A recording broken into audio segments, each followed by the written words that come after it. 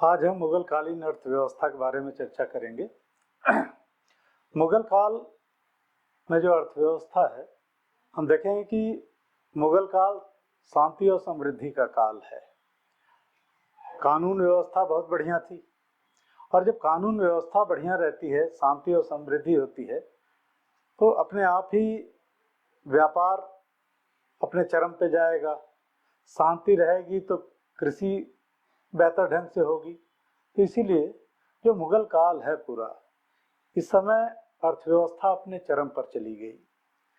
अब मुगल कालीन जो अर्थव्यवस्था है, उसका जो मुख्य आधार है या राज्य की आय का जो प्रमुख स्रोत होता था, वो होता था भू राजस्व। तो राज्य की आय का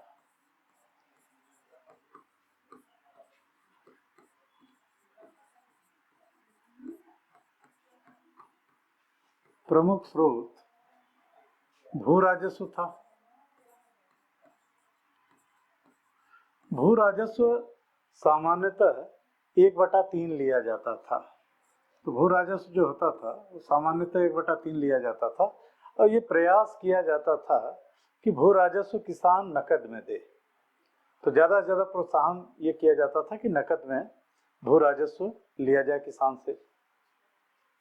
अकबर ने अपने साम्राज्य की समस्त भूमि की माप भी करवाई थी, और समस्त भूमि की जो माप करवाई वो सिकंदरी गज के स्थान पर जरीब से करवाई थी। जरीब से ये माप करवाई। इससे पहले जो माप की जाती थी वो सन की रस्सियों से की जाती थी, तो वो फैल जाती थी, तो इसे नाप जो है वो सटीक नाप नहीं हो पाती थी। तो इसलिए अकबर ने जरीबों का प्रयोग किया। जरीब में लोहे की कड़ियां लगी होती थी और उसमें बांस की कमच्चियां लगी होती थी इस तरीके से, ताकि वो गर्मी में बढ़ने न पाए और सटीक माप हो सके। तो इस तरीके से सारी भूमि की माप करवाई, और भूमि को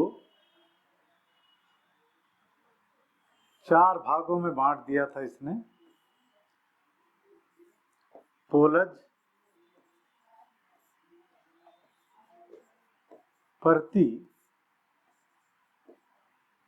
चाचर और बंजर। तो ये 4 भागों में बांट दिया था। पोलज, परती,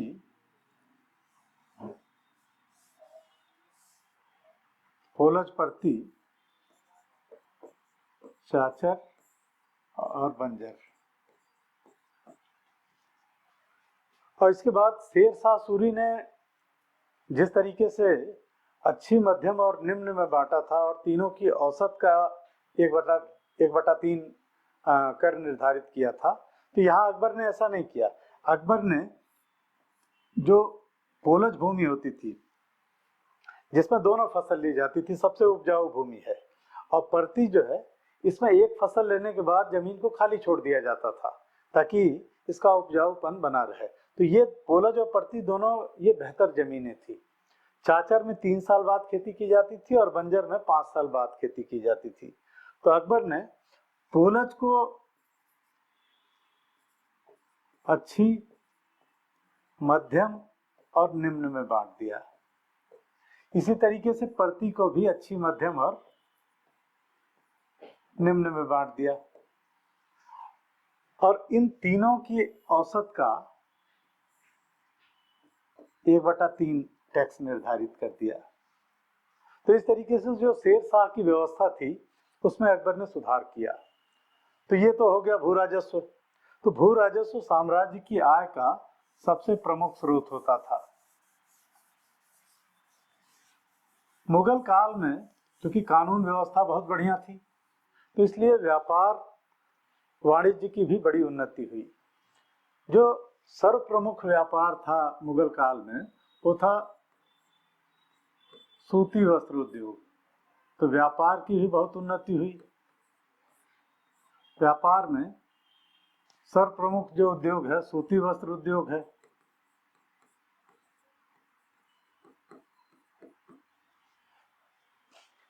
अब मुगल काल में जो व्यापार होता था, इसमें बहुत सारे एक तो व्यापारी लगे हुए थे, इसके अलावा जो हरम की महिलाएं होती थीं, जो रानियां थी, वो भी अपना पैसा लगाती थी व्यापार में।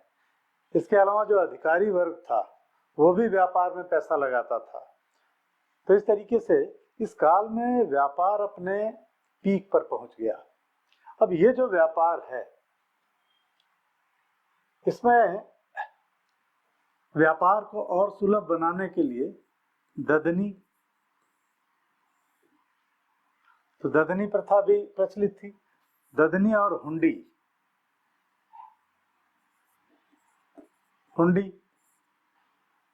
ददनी और हुंडी।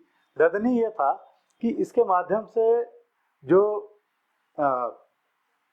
बुनकर होते थे या जो भी इस तरीके के शिल्पकार हैं, तो उनको पेशगी रकम दे दी जाती थी और ये कहा जाता था कि भाई निश्चित तारीख को आप हमको माल देंगे, इसके बाद फिर पैसा अदा कर दिया जाता था पूरा।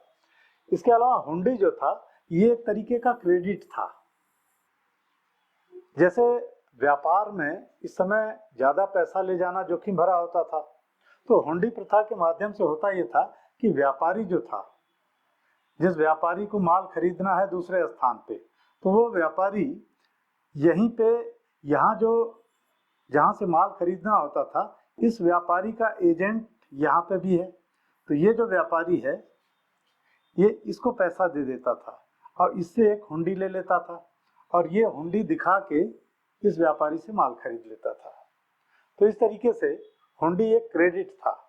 तो इसके माध्यम से भी व्यापार की बड़ी उन्नति हुई। अब ये व्यापार जो है, इस व्यापार की उन्नति का सूचक ये भी है कि मुगल काल में बहुत सारे सिक्के भी चलाए गए, जैसे संसब है, जलाली है, शाहरुख है, मोहर है, दिनार है। तो इस तरीके से बहुत सारे सिक्के भी चलाए गए। इसमें सबसे बड़ा जो सोने का सिक्का होता था वो था संसद। लेकिन सबसे जो लोकप्रिय सिक्का था, लोकप्रिय सिक्का होता था मुगल काल का मोहर। तो मोहर सबसे लोकप्रिय था। अब ये जो व्यापार है, इस समय हम देखेंगे कि बहुत सारे व्यापारी भी दिखाई देते हैं। सबसे बड़ा व्यापारी जो था मुगल काल में, वो पश्चिमी बंदरगाह पे अगर देखा जाए, पश्चिमी तरफ, तो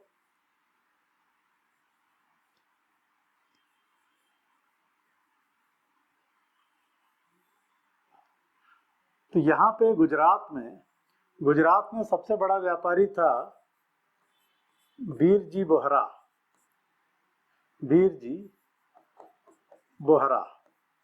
तो ये गुजरात का सबसे बड़ा व्यापारी था। गुजरात में बोहरा मुसलमान, खोजा मुसलमान, तो ये बोहरा, खोजा, ये सब व्यापार में लगे हुए थे। इसके अलावा इस समय बंगाल का जो सबसे बड़ा व्यापारी था, और ये बैंकर भी था यहाँ का सबसे बड़ा, वो था जगत सेठ।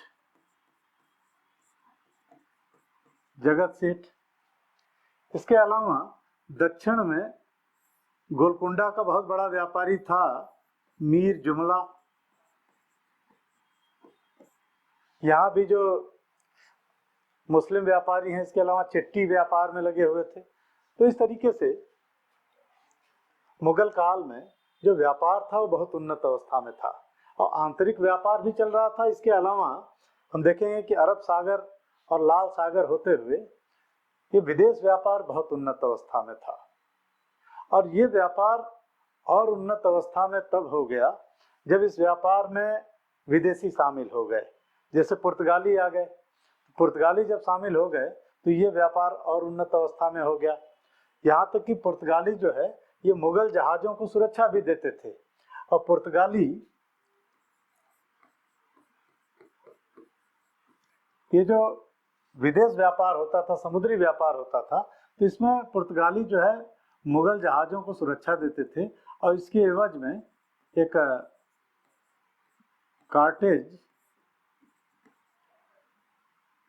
अल्मेडा व्यवस्था के तहत मुगल जहाज़ों से चुंगी वसूलते थे। ये मुगल जहाज़ों से टैक्स लेते थे और इसके एवज में मुगल जहाज़ों को सुरक्षा देते थे। बाद में फिर अंग्रेज भी शामिल हुए। तो इस तरीके से जब अंग्रेज शामिल हो गए और शक्तियां शामिल हो गई तो ये व्यापार और उन्नत अवस्था में चला गया और मुगल काल के अंत तक हम देखेंगे कि ये व्यापार अपने चरम पर पहुंच गया। तो इस तरीके से ये मुगल कालीन अर्थव्यवस्था थी। अगला जो लेक्चर होगा उसमें हम मुगल कालीन चित्रकला पर चर्चा करेंगे।